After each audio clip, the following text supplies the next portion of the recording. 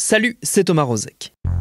C'est la double peine. C'est à la fois on est le plus vulnérable et c'est les territoires les plus à risque, et à la fois c'est les territoires qui subissent le plus le harcèlement et la répression policière.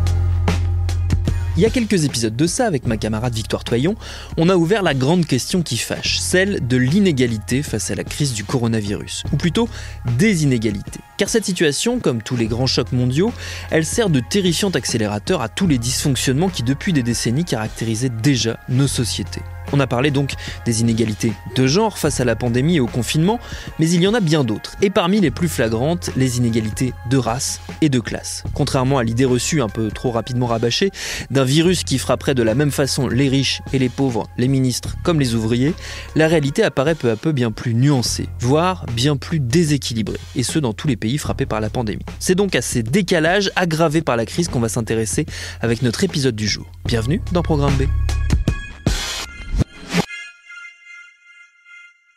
Commençons, si vous le voulez bien, par regarder chez nous. L'un des effets collatéraux les plus visibles et les plus déprimants de cette situation, c'est la résurgence d'un grand classique de l'actualité française, à savoir les violences policières, et précisément les violences dans les quartiers populaires, théâtre habituel de ces situations qui peuvent vite tourner à l'émeute. Alors ces derniers mois, la question des violences, elle s'était déplacée vers l'espace public en général, avec notamment, vous vous en souvenez, la séquence très brutale des Gilets jaunes, mais avec le confinement et les mesures strictes qui l'accompagnent, c'est bien dans les zones les moins favorisées que les débordements ont eu lieu, notamment en région parisienne. J'en ai discuté avec ma consoeur Siam Asbag, qui est journaliste et militante, et je lui ai demandé pour démarrer pourquoi, selon elle, cette crise pourtant sanitaire prend aussi des allures de crise sécuritaire. Ce qui a été déclaré, c'est l'état d'urgence sanitaire, finalement.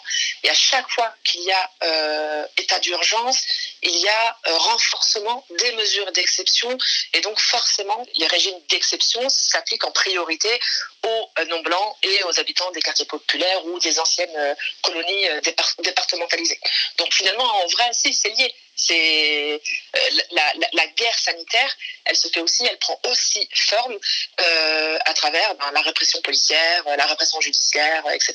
Ce qui a fait ces dernières semaines que c'est devenu un sujet un peu plus visible, même si c'est quelque chose qui est existant, qui est ancien, il y a vraiment rien de nouveau.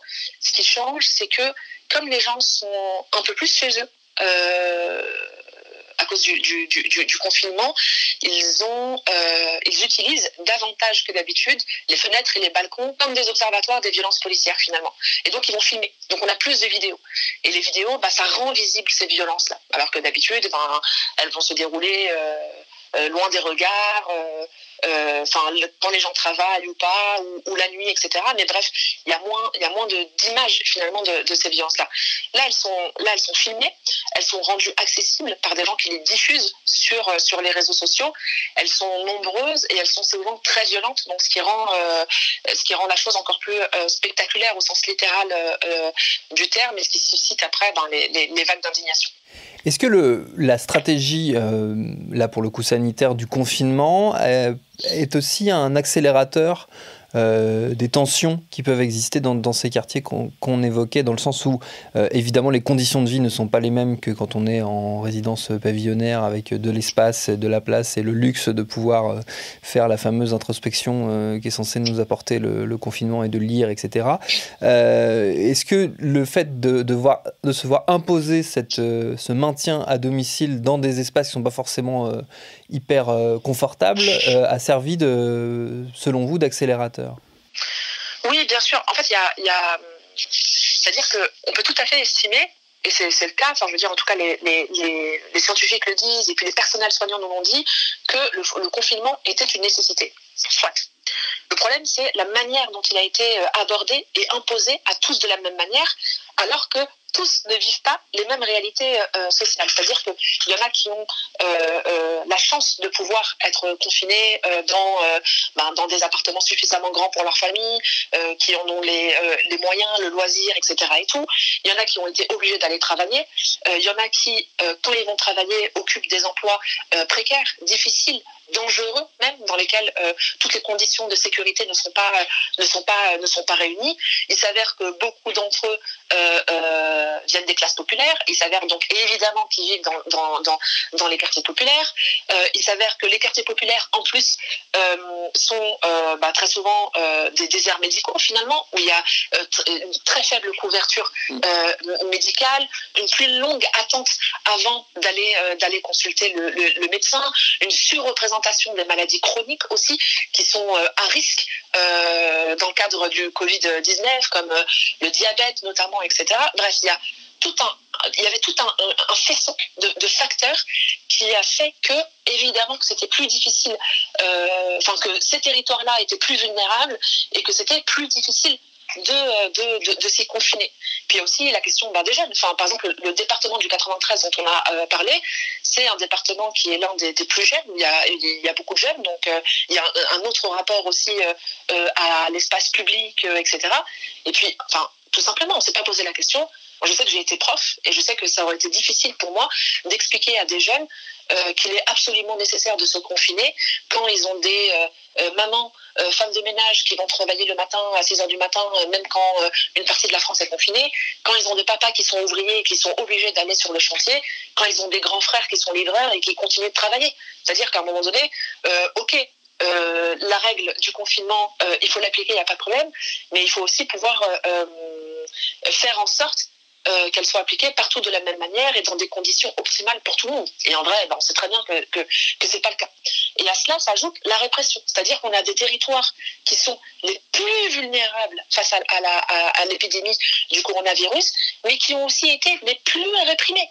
C'est-à-dire que c'est vraiment c'est la double peine en fait finalement ce qui s'est passé avec le coronavirus et les quartiers populaires, c'est la double peine. C'est à la fois on est le plus vulnérable et c'est les territoires les plus à risque, et à la fois c'est les territoires qui subissent le plus le harcèlement et la répression policière. Et je me rappelle, parce que là ça fait plusieurs semaines que je récolte des témoignages, il y a beaucoup de mamans qui m'ont dit, mais nous on ne sait même plus où donner de la tête. En fait on a peur pour nos enfants quand ils sortent dehors, on a peur qu'ils attrapent le coronavirus et qu'ils le ramènent à la maison et qu'ils tombent malades et qu'ils nous fassent tomber malades. Mais on a aussi peur qu'ils croisent la police. On a peur en fait. Il y a même des mamans qui ont demandé à leurs enfants de ne plus aller travailler. Beaucoup sont livreurs ou autres parce qu'elles ont peur qu'ils se fassent frapper, tabasser, tuer même par la police. Et c'est ça aujourd'hui la réalité. Est-ce que donc ça a été bien géré? Non, absolument pas. C'est catastrophique, c'est criminel même, et c'est contre-productif comment ça a été mené. Et si on se focalise uniquement sur la question de la répression policière, il y a des choses qui interrogent. Il y a des choses qui interrogent évidemment. Quand vous avez des habitants qui nous rapportent dans le cadre de violences policières, qui nous disent pour un seul individu, donc évidemment un noir ou un arabe, qu'ils avaient 6 policiers sur eux. Avec clé d'étranglement, plaquage ventral, etc. et tout. En fait, on se dit, donc ça veut dire qu'on essaie de nous expliquer que les policiers sont présents pour protéger la population du coronavirus, donc qui est une maladie respiratoire, et en fait, ce qu'ils font pour protéger ça, c'est se mettre à 6 sur un mec et l'empêcher de respirer. Bien sûr que ça a été mal géré, je veux dire, bien sûr que c'est criminel, et bien sûr que ça montre ce qu'on dénonce depuis des années sur les violences policières, évidemment.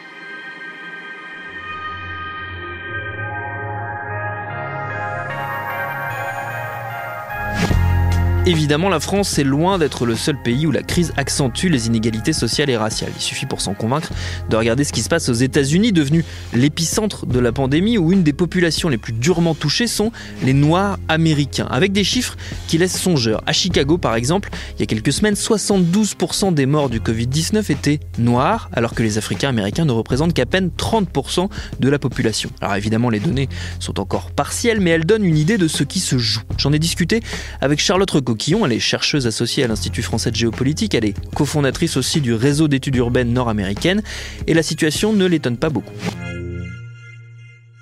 Quand on travaille sur la question des inégalités structurelles et du racisme systémique, on n'est jamais surpris de voir qu'il y a des effets disproportionnés à n'importe quel type de choc dans la société. Donc un choc de ce type, une crise de santé publique et une épidémie, c'est assez logique et attendu que les Africains-Américains, en l'occurrence puisqu'on parle d'eux, soient plus touchés. Comme toutes les inégalités systémiques, ça s'explique à tous les niveaux, c'est-à-dire qu'il y a une accumulation, vraiment une superposition de différentes discriminations et de différentes inégalités qui vont aggraver à peu près tous les échelons de la contamination jusqu'aux soins, jusqu'aux facteurs de risque, etc. Donc ce qu'on observe, c'est que effectivement les Africains-Américains ont à la fois plus de risques d'être infectés. Ça, on a très rapidement vu que les foyers de l'épidémie étaient dans les grandes villes, notamment, et à l'intérieur de ces grandes villes, si on regarde à l'échelle de New York, dans les quartiers les plus pauvres et les quartiers où les minorités ethniques sont le plus concentrées, à Harlem, dans le Queens, dans le Bronx, par exemple.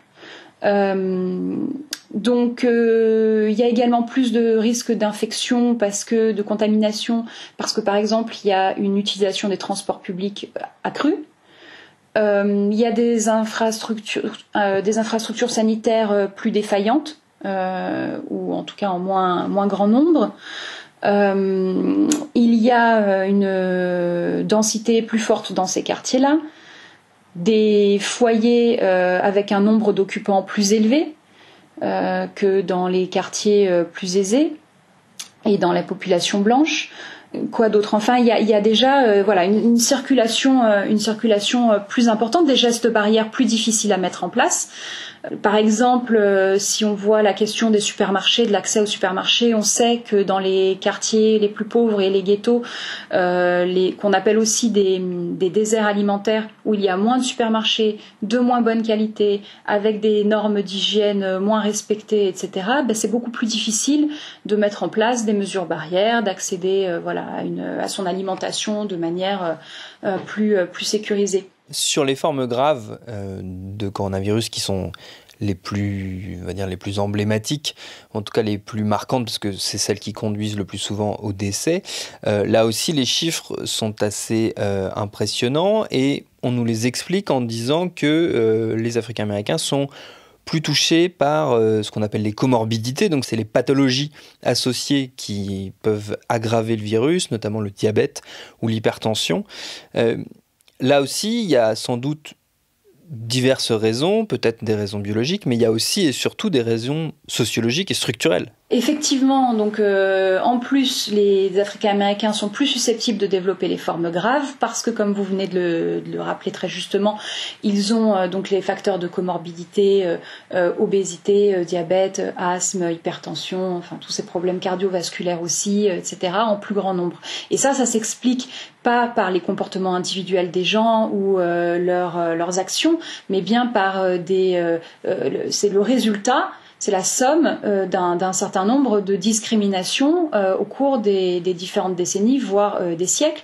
La ségrégation au logement, par exemple, qui fait que les Noirs américains vivent dans des quartiers où la pollution de l'air est plus importante et donc développent plus d'asthme.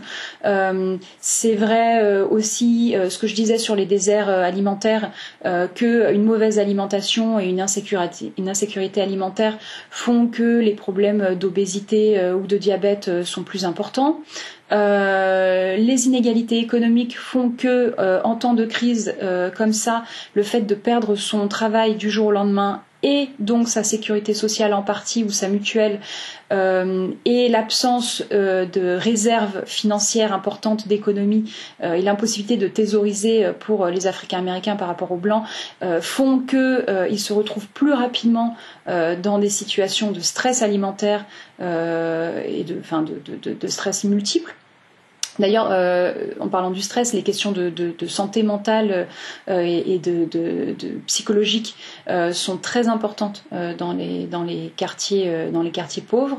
Donc effectivement, voilà, tous ces facteurs de ces comorbidités s'expliquent par l'accumulation de politiques discriminatoires au cours des décennies. Il y a une inégalité qui se crée également dans la prise en charge des malades, si j'ai bien compris. Notamment, j'ai cru comprendre qu'il existait aux États-Unis, comme on connaît en France, ce qu'on appelle abusivement le syndrome méditerranéen, qui est donc ce préjugé qui empêche la prise en charge de qualité, notamment des personnes d'origine maghrébine, sous couvert de oui, les gens exagèrent, les gens en font trop, et ce qui fait que certains professionnels de santé passent à côté de pathologies qui peuvent s'avérer graves en les masquant via des préjugés. Et ce genre de choses existe aussi pour les Africains-Américains aux États-Unis. Oui, alors dans les questions de comment opère le racisme, il y a effectivement les échelles institutionnelles dont on vient de parler beaucoup, et puis les échelles individuelles qui elles-mêmes sont le résultat de l'échelle institutionnelle. Il ne s'agit pas de dire que les individus par eux-mêmes portent toute la responsabilité et tout le poids de l'injustice raciale.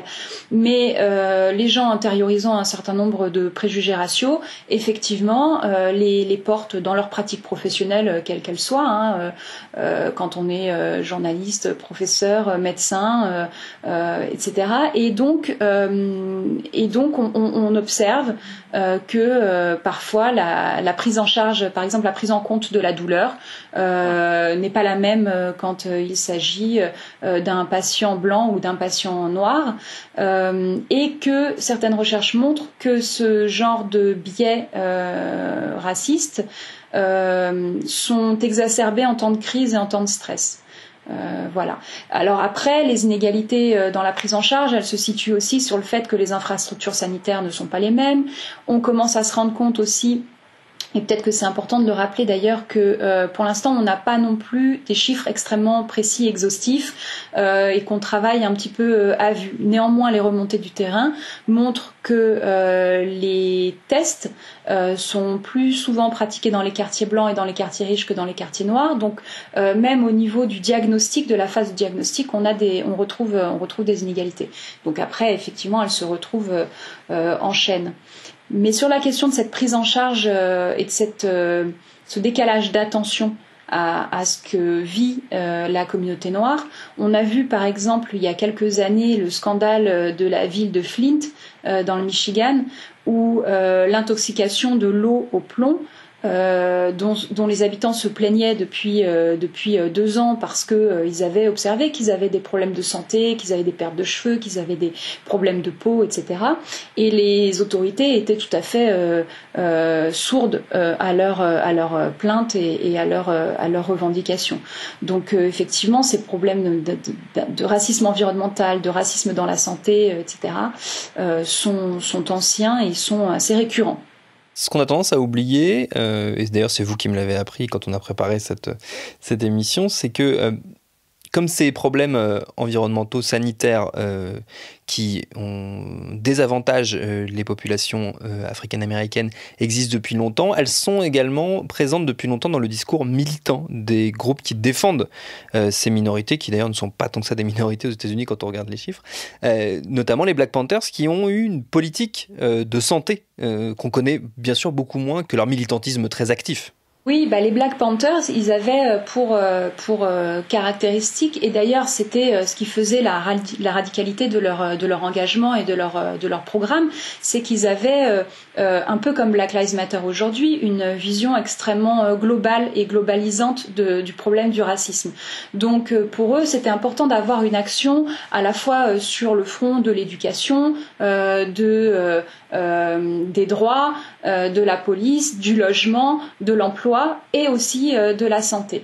Alors initialement dans leur programme en 10 points, ce que nous voulons, ce que nous croyons, qui a été donc rédigé en 1966, la santé n'apparaît pas dans cette première version du programme. Néanmoins, ils ont eu une action importante, et ils ont notamment développé des cliniques communautaires.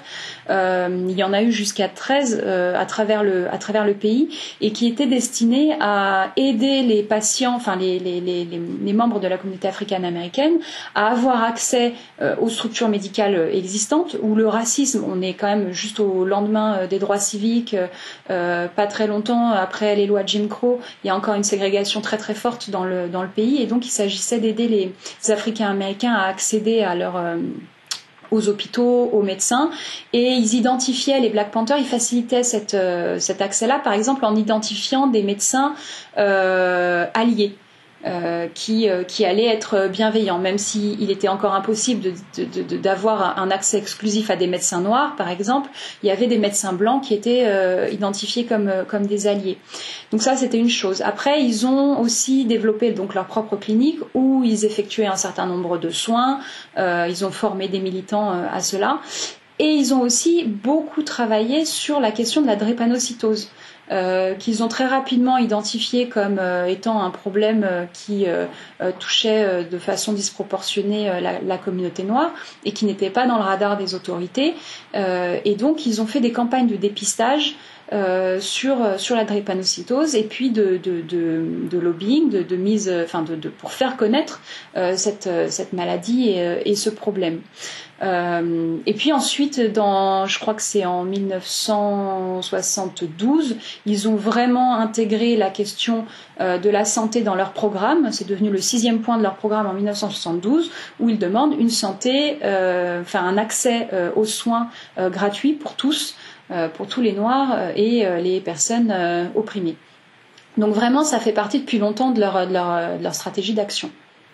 Est-ce qu'on retrouve aujourd'hui, notamment vous avez mentionné le mouvement Black Lives Matter, est-ce qu'on retrouve des traces de cet engagement passé ? Est-ce qu'il fait toujours partie du discours militant, cet engagement sur les questions sanitaires ? Alors, Black Lives Matter, c'est très différent du parti des Black Panthers dans le sens où Black Lives Matter a par définition une nature très décentralisée et une structure qui n'est pas du tout pyramidale et hiérarchique comme les Black Panthers. Donc Black Lives Matter, c'est un mouvement qui est la somme de toutes les initiatives qui existent sur le terrain. Donc ça modifie beaucoup les choses. Mais effectivement, ça fait tout à fait partie des choses qui sont dans leur radar et dans leurs objectifs. Donc localement, ils vont avoir des initiatives, faciliter des choses, etc. Et par la voix de leurs leaders, notamment, en tout cas moi, c'est ce qui m'a interpellée depuis plusieurs années que je travaille sur ce sujet, mais il faudrait sans doute creuser un petit peu plus. Je trouve qu'ils attirent beaucoup l'attention sur les questions de santé mentale et de dépression, qui sont très fréquentes chez les Africains américains et qui ne sont pas pris en compte dans la psychiatrie mainstream. Donc par exemple, ce travail d'identifier des psychologues, des psychiatres alliés ou bienveillants ou sensibilisés et woke, comme on dit, voilà, ça c'est un travail par exemple qu'ils font. Et en ce moment, le travail sur la santé mentale en période de confinement est très présente dans les prises de parole de nombre de leaders de Black Lives Matter. Et on pourrait toujours aux États-Unis mentionner une autre minorité aussi touchée qu'oubliée dans cette crise, les Amérindiens, les natifs américains. Des chiffres affolants commencent à circuler, notamment sur la nation Navajo, très violemment frappée dans une indifférence assez généralisée. Merci à Siam Asbag et à Charlotte Recoquillon pour leurs réponses. Programme B, c'est un podcast de Binge Audio préparé par Lauren Bess, réalisé par Quentin Bresson. Abonnez-vous sur votre appli ou votre plateforme préférée pour ne manquer aucun de nos épisodes. Pour nous parler, vous le savez, c'est sur Facebook, sur Twitter ou sur Instagram. Continuez de surtout bien vous laver les mains, de respecter les gestes barrières et de rester chez vous si vous en avez la chance. Et à demain pour un nouvel épisode.